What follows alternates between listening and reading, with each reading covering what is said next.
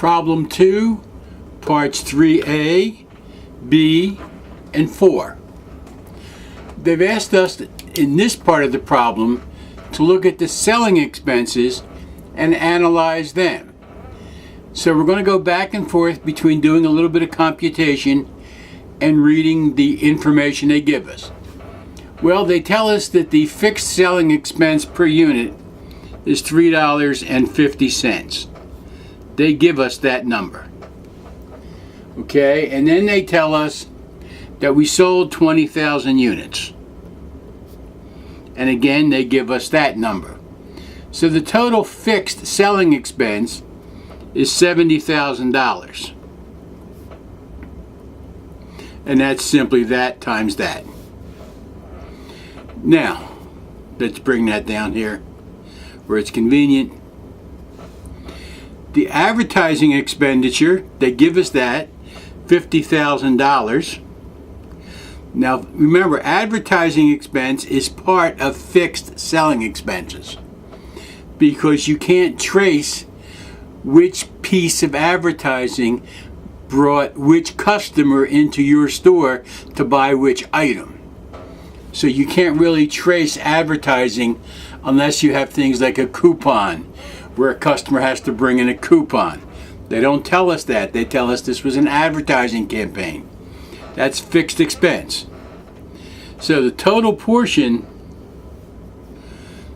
that is due to the sales representative's compensation, their commissions, their whatever, not their commissions, but their compensation is $20,000.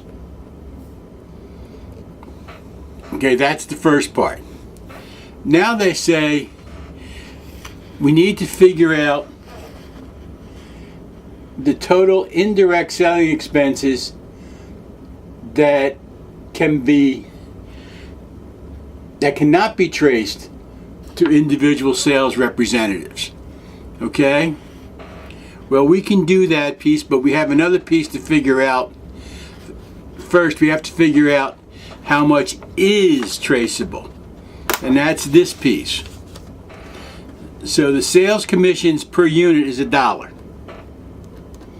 So for each time you sell one of these units, you make $1. And we sold 20,000 units. Even if you went to Philadelphia Public Schools, you can do that math in your head. 1 times 20,000 is 20,000. So we have that piece. That's the total sales commissions. Then we have the fixed portion of the expense, which is the 20,000 that we figured out up here. Okay, so that's the total fixed portion.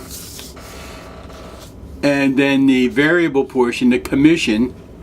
So the total direct selling expense for all the units was $40,000. Now that's 3A. So we had to first figure out the fixed portion of the sales compensation of the sales cost, then the variable amount, and I hate that they made it work out to be the same number. That makes it more complex than it has to have. Then we have to add that and we get to the total. So I need you to remember that this number is variable.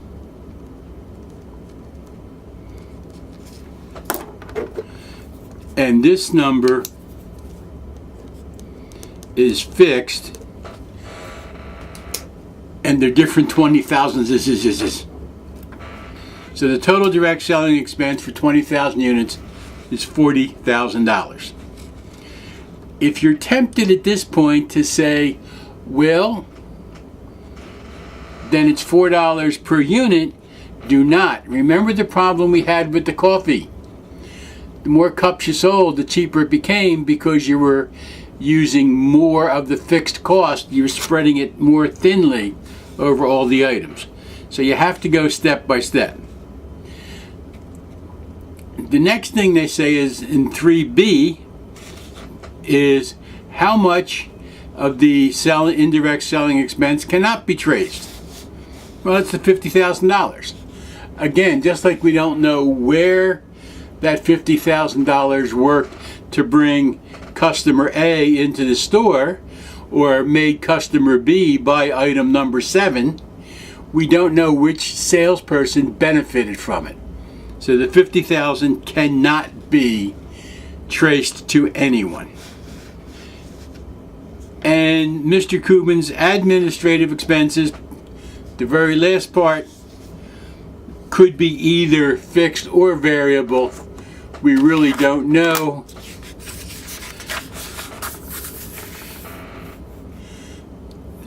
Because it would depend on what you're measuring the cost for, the cost object. For example, if you were looking at the CFO's salary or the plant manager's salary, they could be fixed. But if you're looking at the handyman who comes in at night when needed, that would be variable. So you can't really say for sure. Okay, that's problem 2. The conclusion, parts 3A, B, and 4.